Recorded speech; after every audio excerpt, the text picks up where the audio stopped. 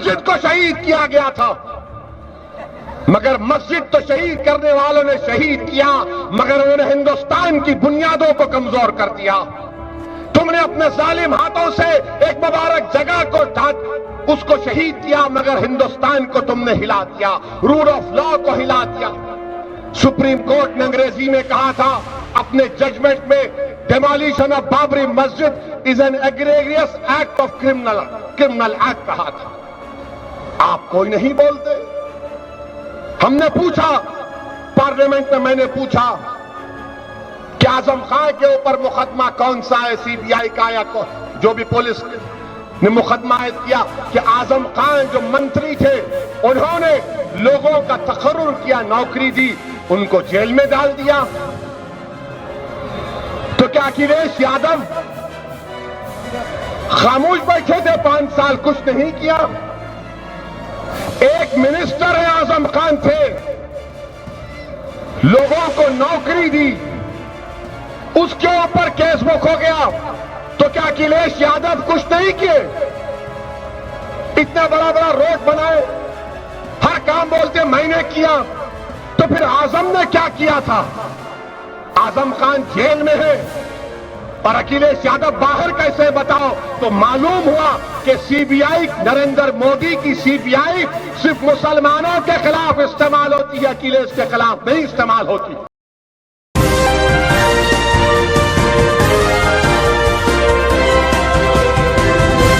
जो general secretary हैं उत्तर प्रदेश के मजलिस इत्तेहादुल मुस्लिमीन के नुमान नदवी साहब, नासिर एडवोकेट साहब, राशिद साहब, साजिद साहब, शब्बीर साहब, मोहतरमा रुबा सिद्दीकी साहिबा, सदर ख़वातीन सेल, मोअज़्ज़िज़ हाज़रीन इकराम, बुज़ुर्गान मिल्लत और मोहतरम अली साहब जो हमारे बड़े भाई जनाब अतीक अहमद साहब के फर्जन हैं, मेरे अजीज दोस्तों और बुजुर्गों, गयूर नौजवान साथियों, आप तमाम ने मुझसे कबल सैयद आसिफ खार, वारिस पठान और जनाब शौकत साहब के बसीरत अफरोज खिताबात को सुना। मैं सिर्फ आपसे गुजारिश करने आया हूं कि उत्तर प्रदेश के आने वाले विधानसभा के चुनाव में आपको अपने इत्तेहाद के जरिए अपनी ताकत का मुजाहरा करना है। उत्तर प्रदेश के आने वाले विधानसभा के चुनाव में मजलिस इत्तेहादुल मुस्लिमीन जरूर इंशाअल्लाह ताला इस इंतखाबात में हिस्सा भी लेगी। और जैसा कि हमारे सदर जनाब शौकत साहब ने कहा कि मजलिस इत्तेहादुल मुस्लिमीन उत्तर प्रदेश के विधानसभा की 100 असेंबली सीट पर चुनाव या इलेक्शन लड़ने की तैयारी कर रही है। और मैं जनाब शौकत साहब को इस बात की इजाजत देता हूं कि वो मुख्तलिफ जो दूसरी छोटी छोटी पार्टियां हैं उन तमाम से बात करें। और मैंने पहले ही जमात ने इस बात का फैसला ले लिया था कि अगर कोई हमसे अलायंस या इत्तेहाद या गठबंधन करने के लिए तैयार है तो मजलिस इत्तेहादुल मुस्लिमीन के दरवाजे भी खुले हैं। अब ये वक्त ही बताएगा कि मजलिस के साथ कौन सी सियासी पार्टी आएगी या नहीं आएगी, मगर ये बात तयशुदा है कि मजलिस इत्तेहादुल मुस्लिमीन इस इलेक्शन में लड़ेगी।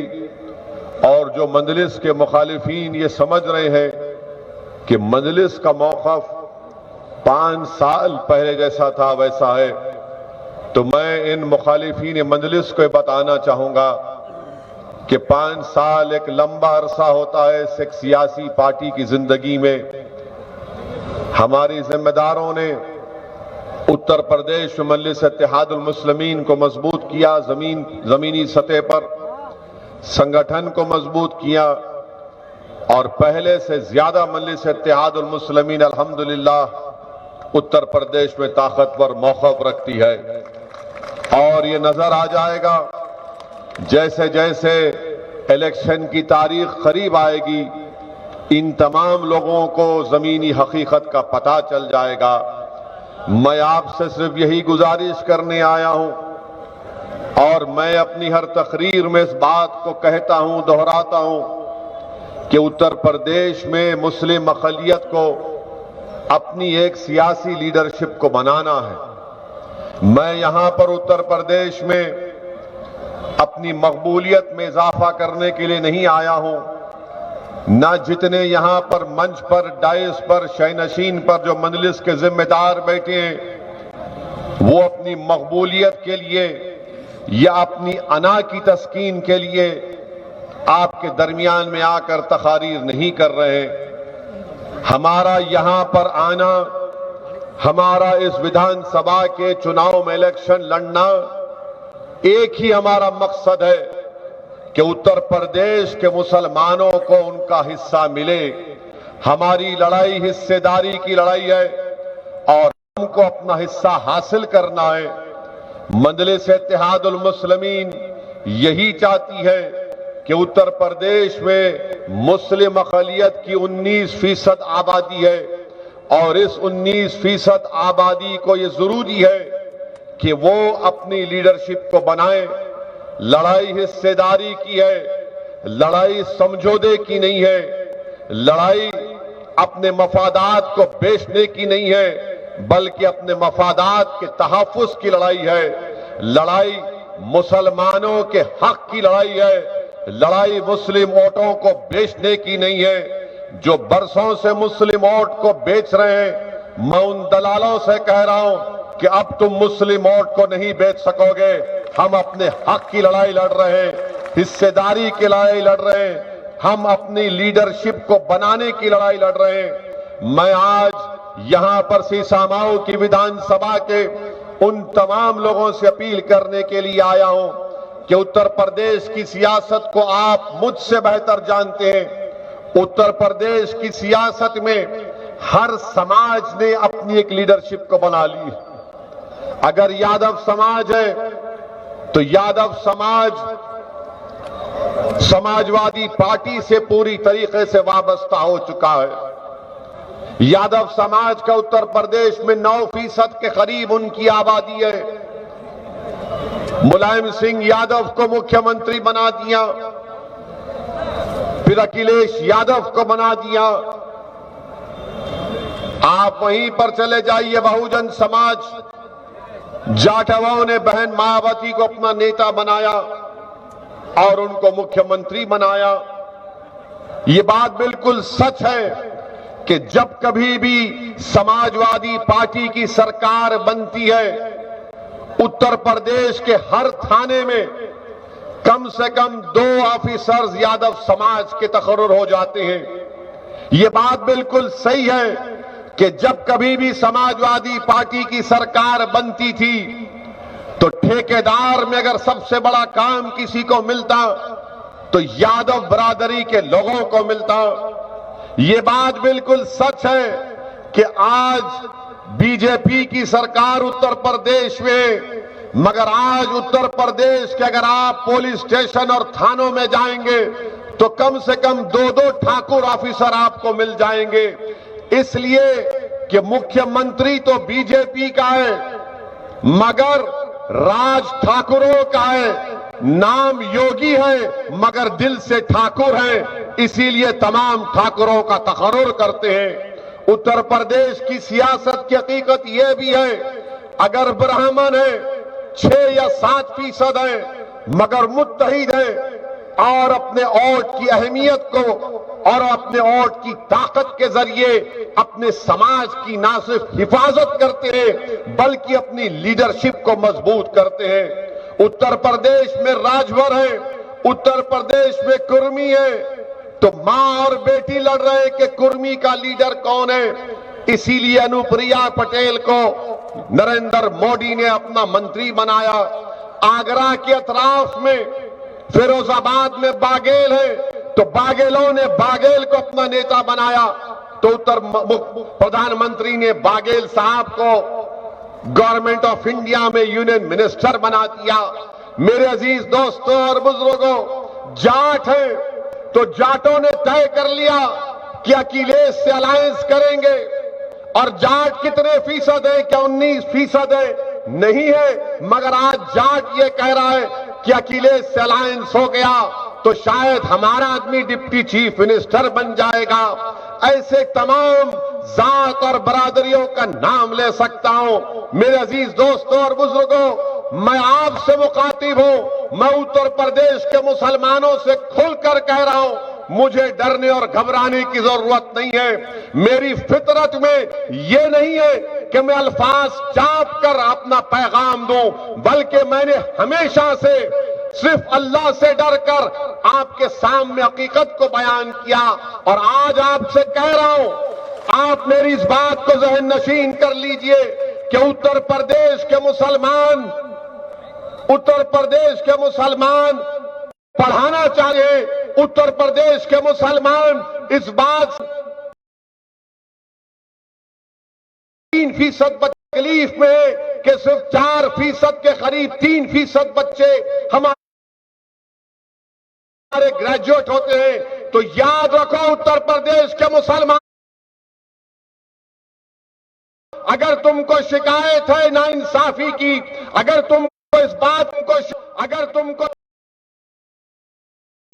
कि कानपुर में तुमने तारीख साज CAA कानून के खिलाफ एहतजाज किया, मगर हमारे 3 मुसलमान पुलिस की गोली से मारे गए। हमारे घरों पर आकर पुलिस ने डंडों से हमारी गाड़ियों के शीशे तोड़े। बताए हमारी का कोई तुमको कोई आकर होता, तुम्हारी नेता होता, तुम्हारी कोई क़ियादत होती तो क्या इस तरह का कोई जुल्म तुमसे कर पा। एक और मिसाल आपको दे रहा हूं, एक और मिसाल तुमको आपको दे रहा हूं। यही कानपुर के गुप्ता साहब गोरखपुर की पुलिस ने उनको मार दिया। गुप्ता साहब की मौत हो गई। CAA का कानून के खिलाफ तुमने एहतजाज हो गई।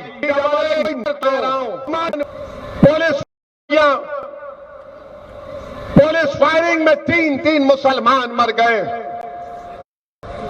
बल्कि इसी साल अफसर नामी मैकेनिक को कानपुर में उसकी दुकान के सामने शराब में धुत लोगों ने उसकी दुकान के सामने पेशाब किया।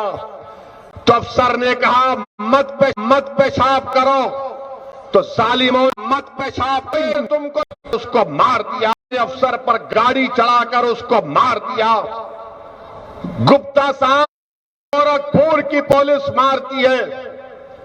तो गुप्ता से मोहब्बत इतनी है अखिलेश को और योगी आदित्यनाथ को कि अखिलेश को और योगी आदित्यनाथ तुमको और मारी, और दोनों मिलकर अखिलेश साहब के परिवार के पास जाकर मिलते हैं और मिलकर गुप्ता साहब की बेवा को 21 लाख का चेक देते हैं।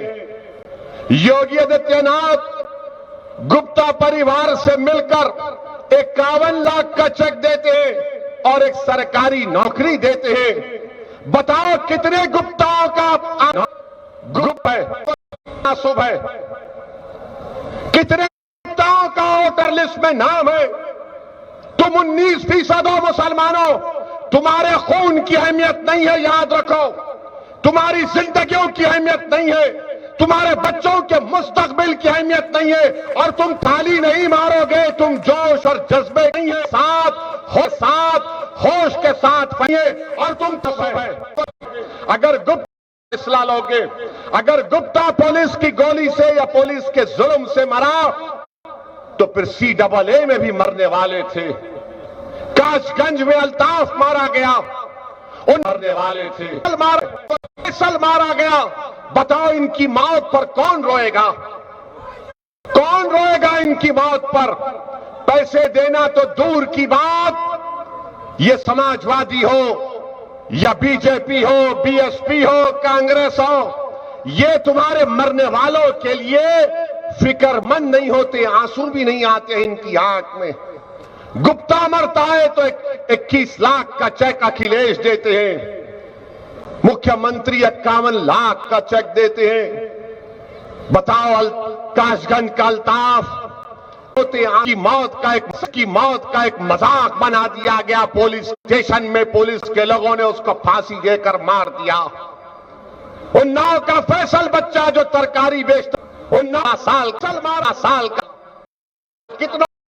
कितनों ने पैसे दिए? इंसान की जिंदगी पैसों से नहीं तोली जा सकती।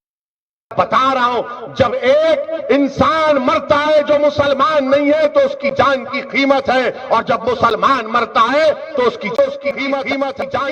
पता 16 में पानी की कीमत नहीं, उत्तर प्रदेश में पानी की कीमत है, मगर मुसलमान उनकी कोई अहमियत और कीमत नहीं है। जान की कीमत है, उनकी कोई अहमियत और कीमत नहीं। उत्तर साल हम मर जाए, कट जाए, बर्बाद हो जाए, ऐसे 100 अल्ताफ मर जाए, ऐसे 100 अफसर मर जाए, सेकुलरिज्म ऐसे को जिंदा रखना। कौन सा सेकुलरिज्म है बताओ आप? कौन सा सेकुलर की चल मार आपकी चल मार क्या मजलिस इलेक्शन लड़ती है तो कहा जाता है मजलिस लोग से के वोट काटने आए। क्या पार्लियामेंट का इलेक्शन मजलिस लड़ी? अखिलेश बहुजन समाज पार्टी ने अलायंस किया, 75% पार्टी ने अलायंस ने उत्तर प्रदेश के वोट दिया। तब भी समाजवादी और बहुजन सिर्फ 15 लोकसभा की सीट पर तब भी हासिल कर सके। कांग्रेस के राहुल गांधी अमेठी से हार गए। क्या असदुद्दीन ओवैसी वहां पर गया? नहीं गया। तो फिर किस बुनियाद पर? और ये लखनऊ में बैठे हुए दल्लालों से कह रहा हूं, याद रखो, जो तुम बार बार मुस्लिम वोट कहां जाएगा, मुस्लिम वोट कहां जाएगा? तो कभी ने प्रोग्राम किया कि हिंदू वोट क्यों जा रहा है? तुमने कभी कहा कि यादव क्यों वोट डाल रहा है बीजेपी को? तुमने कहा कि ठाकुर क्यों डाल रहा है, ब्राह्मण क्यों डाल रहा है, बनिया क्यों डाल रहा है, पासी क्यों डाल रहा है, क्यों डाल रहा है, जी डाल रहा है, इवर क्यों डाल रहा है, जाट क्यों डाल रहा है? मगर इन तमाम को फिक्र है मुसलमान कहां जाएगा? क्या मुसलमान तुम्हारा कैदी है? क्या आप कैदी हैं इन लोगों के? क्या अल्लाह ने आपको सोचने का सलीका नहीं दिया? क्या आप अपना फैसला नहीं कर सकते? तो फिर करिए फैसला अपना, खुल कर करिए अपना फैसला। डर कर मत करो मेरे भाई, डर कर कितनी जिंदगी गुजारोगे? मौत एक मर्तबा आएगी जरूर। अल्लाह मौत आएगी। अल्लाह ने कुरान में फरमा दिया, कुल्लु नफ्स ज़ाइक़तुल मौत, कि हर नफ्स को मौत का मजा चखना है, मगर जो जिंदा रहना चाहता है, मैं उनसे कह रहा हूं, तुमको जिंदा रहना है, 1 लाख मर्तबा से ज्यादा जिंदा रहना है। मौत आएगी जरूर, मगर क्या तुम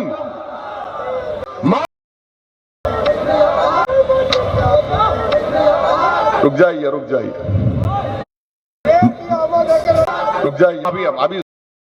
अभी सुनो, अभी खाली नारे मार के तुम कि मुत्तहिदा अपने वोट का इस्तेमाल करिए।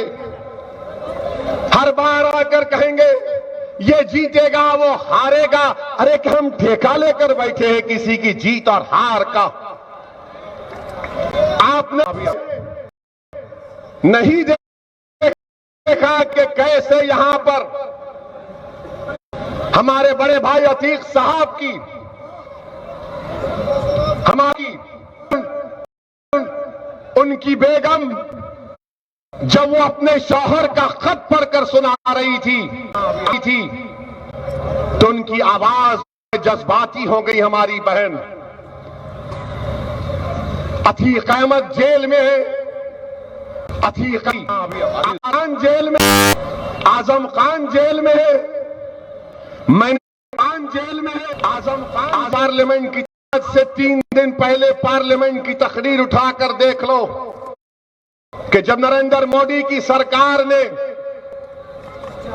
CBI, ED, central vigilance commissioner के डायरेक्टर्स की मियाद में ईडी की तकरीर तो की मियाद तकरीर तमाम की तरफ ने आप तमाम की तरफ से खड़े होकर पार्लियामेंट में इस बात का मुतालबा किया ये सीबीआई किस काम की है। जब बाबरी मस्जिद के क्रिमिनल ट्रायल का फैसला आया, जिन मुल्जिमों की मौजूदगी में बाबरी मस्जिद को शहीद किया गया, तो कोर्ट ने फैसला दिया कि कोई भी मुल्जिम नहीं है। हमने पार्लियामेंट ने पूछा कि बताओ क्या सीबीआई ने अपील क्यों नहीं की? किसने तोड़ा बाबरी मस्जिद को? क्या कोई समाजवादी का बोल सका? क्या कोई बीएसपी का बोल सका? क्या कोई कांग्रेस का बोल सका? मैं पूछा जाकर इन लोगों से कि बताओ तुमने ये बात क्यों नहीं उठाई? तो नजरें झुका लिए। मैं समझ गया क्योंकि मस्जिद मेरी शहीद हुई थी, इनकी नहीं हुई थी। मेरी मस्जिद को शहीद किया गया था, मगर मस्जिद तो शहीद करने वालों ने शहीद किया, मगर उन्होंने हिंदुस्तान की बुनियादों को कमजोर कर दिया। तुमने अपने जालिम हाथों से एक मुबारक जगह को उसको शहीद किया, मगर हिंदुस्तान को तुमने हिला दिया, रूल ऑफ लॉ को हिला दिया। सुप्रीम कोर्ट ने अंग्रेजी में कहा था अपने जजमेंट में, demolition of Babri Masjid is an egregious act of criminal act कहा था। आप कोई नहीं बोलते। हमने पूछा पार्लियामेंट में, मैंने पूछा कि आजम खान के ऊपर मुकदमा कौन सा है, सीबीआई का या जो भी पुलिस ने मुकदमा आयद किया, कि आजम खान जो मंत्री थे उन्होंने लोगों का तकर्रुर किया, नौकरी दी, उनको जेल में डाल दिया। तो क्या अखिलेश यादव खामोश बैठे थे 5 साल, कुछ नहीं किया? एक मिनिस्टर है आजम खान थे, लोगों को नौकरी दी, उसके ऊपर केस बुक हो गया, तो क्या अखिलेश यादव कुछ नहीं किए? इतना बड़ा बड़ा रोड बनाए, हर काम बोलते मैंने किया, तो फिर आजम ने क्या किया था? आजम खान जेल में है और अखिलेश यादव बाहर कैसे, बताओ? तो मालूम हुआ कि सीबीआई, नरेंद्र मोदी की सीबीआई सिर्फ मुसलमानों के खिलाफ इस्तेमाल होती है, अखिलेश के खिलाफ नहीं इस्तेमाल होती। मैं जानता हूं कि मेरी इस जुमले के बाद, मेरे इस तकरीर के बाद समाजवादी के लोग बड़े तड़पेंगे, रात में नींद नहीं आएगी। जवाब दो मेरी इस बात का तुम लोग। आजम खान जेल में क्यों है बताओ? क्यों जेल में आजम खान? बकरी चोरी, भैंस चोरी। ये दिन आ गया हम लोगों को, जो लोग अपने घर में अगर कोई मेहमान आता तो बकरी क्या, भैंस को जुबा कर देते, उस पर इल्जाम। मेरे अजीज दोस्तों और बुजुर्गों, ये होती है ताकत आपकी कि पार्लियामेंट में सिर्फ 2 मंजलिस के एमपी हैं, मैं और इम्तियाज जलील। मगर अल्लाह का करम है कि अल्लाह ने हमारी जबानों में तासीर दी, अल्लाह ने हमारे दिमाग को खुला रखा, अल्लाह ने हमको मरूब नहीं किया इन जालिम हुकूमतों से। हम बेखौफ होकर मसाइल का बयान करते हैं। यही काम आपको उत्तर प्रदेश में करना है। मुख्यमंत्री कौन बनेगा उसकी फिक्र नहीं है, मैं ये चाहता हूं कि मुसलमान का लीडर कौन बनेगा, हम बनाएंगे मुसलमानों का लीडर इंशाअल्लाह। जब हर समाज का लीडर है तो मुस्लिम समाज का लीडर क्यों नहीं होगा? हर समाज का नेता है, क्यों नहीं होगा? आसिम वक़ार ने कहा कि डिप्टी चीफ मिनिस्टर, बोलो अखिलेश तुम मुसलमान को डिप्टी चीफ मिनिस्टर बनाओगे? बनाओगे डिप्टी चीफ मिनिस्टर? अगर तुमको सत्ता मिलती है तो क्या तुम डिप्टी सीएम बनाओगे? नहीं बनाओगे। किसको बनाएंगे? जाट को बनाएंगे। किसको बनाएंगे? जाट को बनाएंगे। ये तय हो गया, कामयाब हो सकता है इंशाअल्लाह ताला।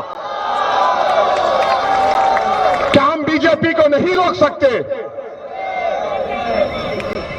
CAA का कानून अगर आज भारत में रुका हुआ है, अमित शाह और मोदी परेशान है CAA कानून पर, तो भारत के मुसलमानों के एहतजाज की वजह से डरे हुए हैं। ये इन सियासी पार्टियों ने क्या किया? समाजवादी ने, कांग्रेस ने, हमने अपना खून बहाया। अलीगढ़ मुस्लिम यूनिवर्सिटी में बच्चे का हाथ कट गया, जामे मिलिया में बच्चे की आंख चले गई, लाठियां बरसाना पड़ा।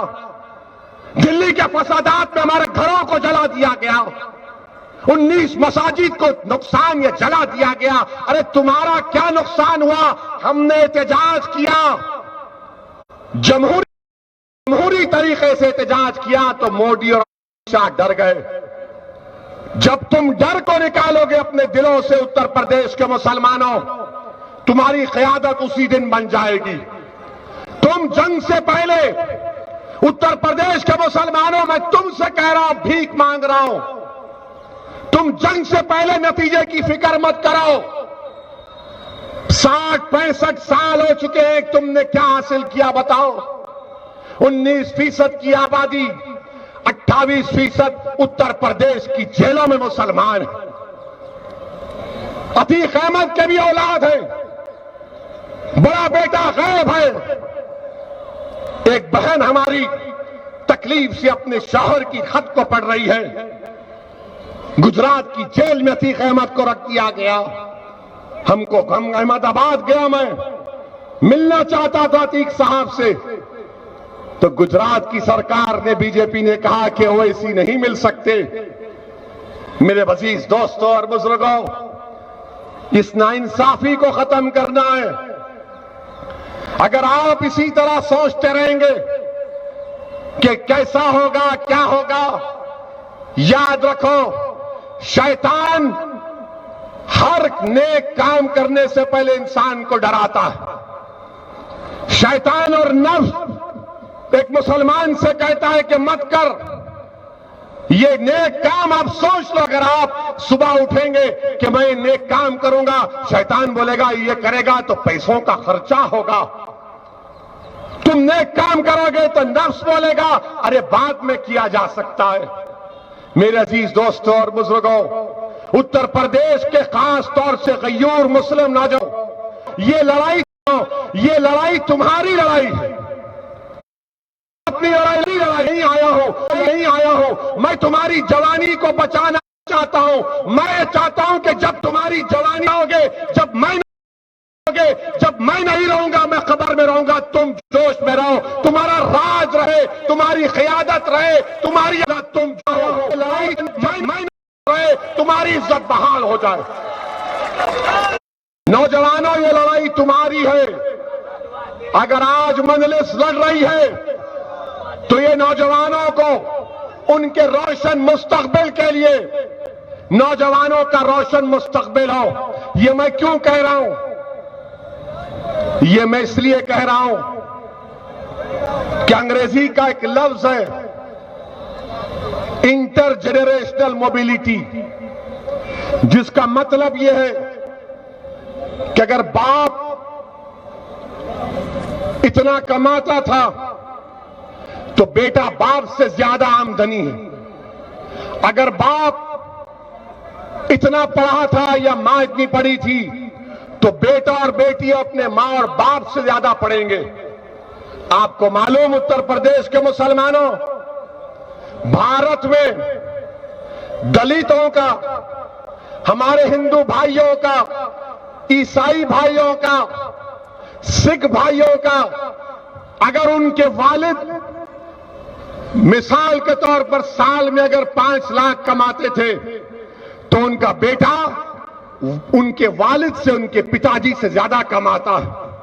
अगर उनके वालिद इंटर पास थे, 12वीं पास थे, तो बेटा ग्रेजुएट है।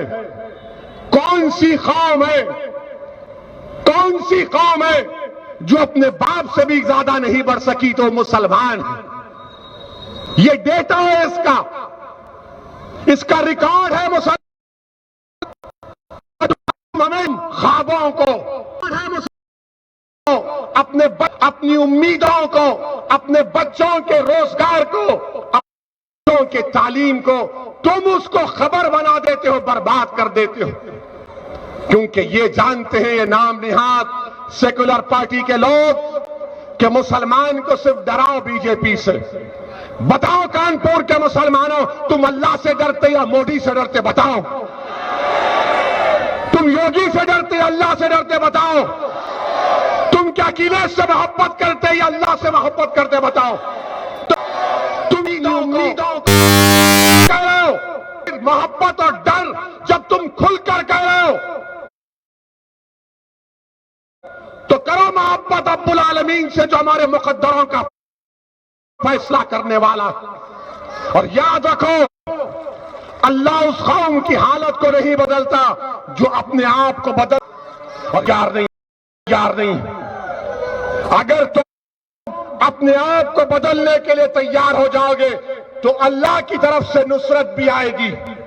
तुम एक कदम आगे बढ़ाओ, एक कदम आगे बढ़ाओ, कुदरत तुम्हारे कदमों में लाकर कामयाबी को रख देगी।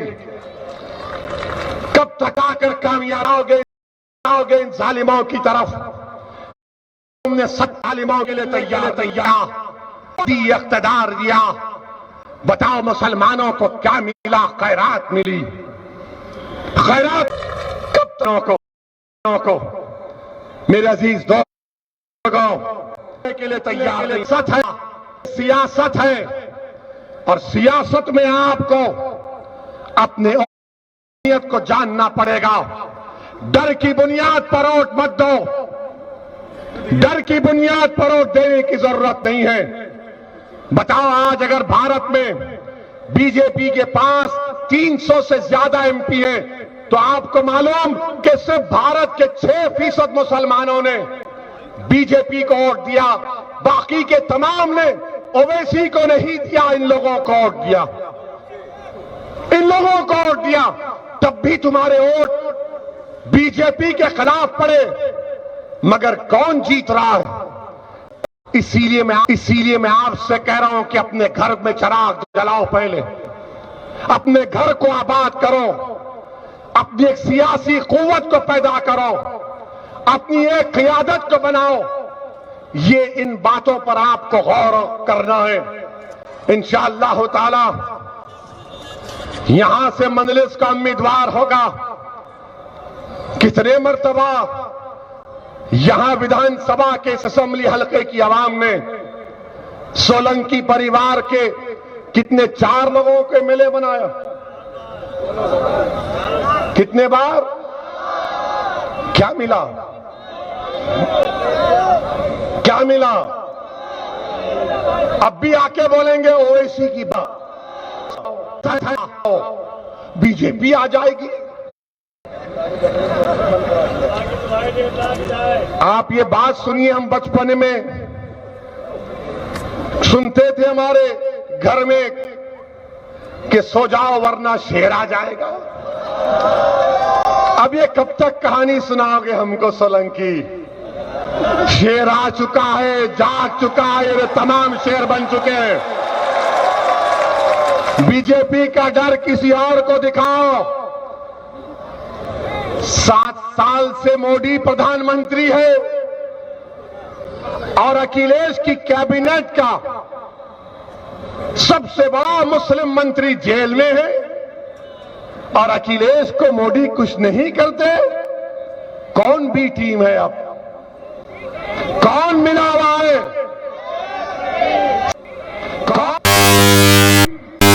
तुम्हारी थी, तुमने बहुत से काम किए, तुमने दूध भी घर लेकर चले गए, मलाई भी खा लिए, दही भी खा लिए, सबको खा लिया तुमने, मगर जेल में आजम है और कोई सीबीआई इंक्वायरी इन पर नहीं है। मोदी जी, आपका जी देश का क्या रिश्ता, देश का क्या रिश्ता है ये? हम समझ सकते हैं कि मोदी और आजम का रिश्ता बड़ा दूर का नहीं है, मन का क्या रिश्ता, इससे इतनी मोहब्बत क्यों है मोदी जी? हम इलेक्शन लड़ रहे हैं तो वोट काटने आ रहे हैं। मुलायम सिंह यादव 2019 में पार्लियामेंट में कर मोदी की मौजूदगी में कहा कि मैं उम्मीद करती में कहा हूं कि तुम दोबारा इस देश के प्रधानमंत्री बन जाओ, मैं तुमको आशीर्वाद दे रहा हूं। मुलायम सिंह बोलेंगे तो बड़ा काम, और वैसी गरीब मुसलमानों की हक की बात करेगा, वोट काटने आया है। आपके घर में शादी है, मोदी आते हैं, मगर हम मुसलमान को नेता में शादी आती है तो आप हम पर इल्जाम लगाते हैं। मेरे अजीज दोस्तों और बुजुर्गों, ये इनका दोहरा चेहरा आपको देखना है। कोई अलायंस करे, चेहरा आपको आती है, मुझे उसकी ना करे, मुझे उसकी फिक्र नहीं है। मैं मन चलाऊं, मैं अल्लाह की जात पर भरोसा करके अपना काम करता हूं, मुझे कामयाबी मिलेगी इंशाअल्लाह।